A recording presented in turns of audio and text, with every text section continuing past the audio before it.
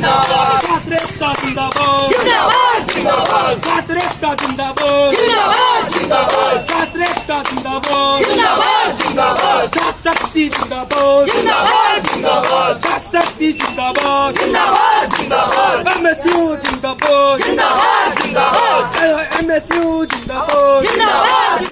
Mithila student union की एक दिवसीय धरना प्रदर्शन। मधुबनी से मोहम्मद आलम अंसारी की रिपोर्ट।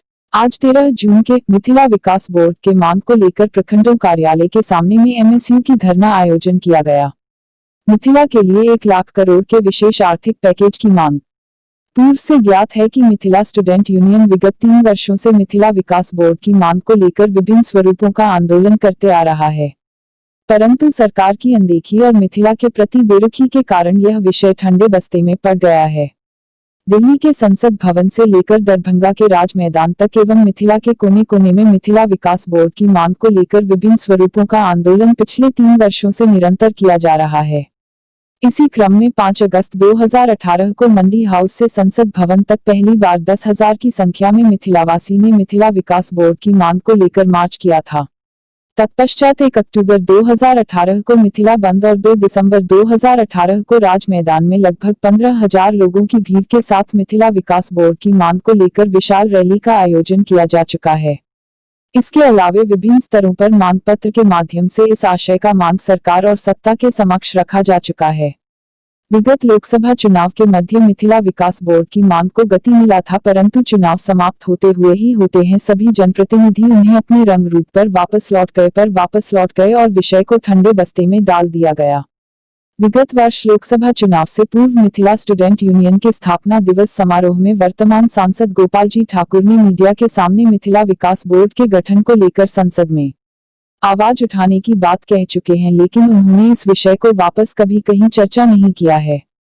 इस विषय पर प्रेस विज्ञप्ति जारी करते हुए मिथिला स्टूडेंट यूनियन के प्रखंड अध्यक्ष दीपक झा ने कहा कि संगठन अपनी मांग को लेकर अडिग है।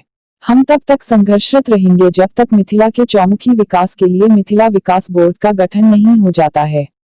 केंद्र सरकार अक्सर चुनावी सालों से विपक्षी पार्टी शासित राज्य की जनता को लुभाने के लिए राज्यों अथवा विशेष क्षेत्रों को आर्थिक पैकेजेज की घोषणा करती रही है, पर आश्चर्यजनक है कि गरीबी, अशिक्षा, बेरोजगारी, पलायन, अकाल, सूखा, बाढ़ पीड़ित मिथिला जो देश के सबसे गरीब क्षेत्रों में से आता है, उसके लिए अब तक कोई विशेष आर्थिक पैकेज नहीं दिया जा रहा है। विभिन्न पैमानों पर देखा जाए तो मिथिला के लिए विशेष आर्थिक पैकेज आज अत्यंत जरूरी है। क्षेत्र की कृषि उत्पादन बेहद कम हो चुका है। मिथिला क्षेत्र के सारे उद्योग धंधे यथा चीनी मिल, जूट मिल, सूत मिल, पेपर मिल जैसे कारखाने जो एक समय में हजारों परिवार का भरण पोषण करता था, आज मरणासन स्थिति में है और बंद पड़ा है।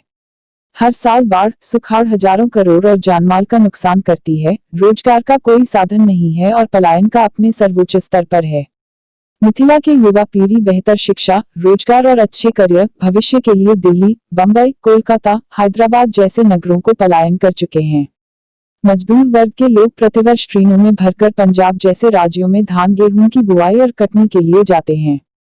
लगभग 6 करोड़ आबादी और लगभग 20 जिला कवर करने वाले मिथिला को इन सब समस्याओं के एक स्तरीय समाधान के लिए लगभग 1 लाख करोड़ की जरूरत है।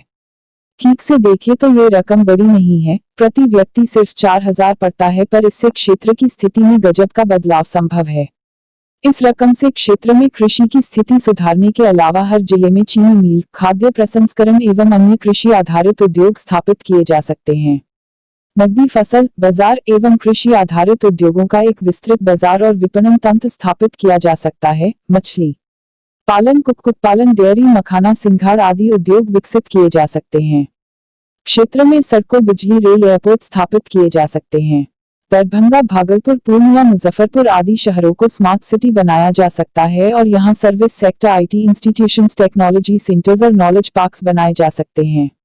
अस्पतालों, कॉलेजों, यूनिवर्सिटीज की हालत सुधारी जा सकती है। पर्यटन, संस्कृति, कला, भाषा संबंधित उद्योग विकसित किया जा सकता है।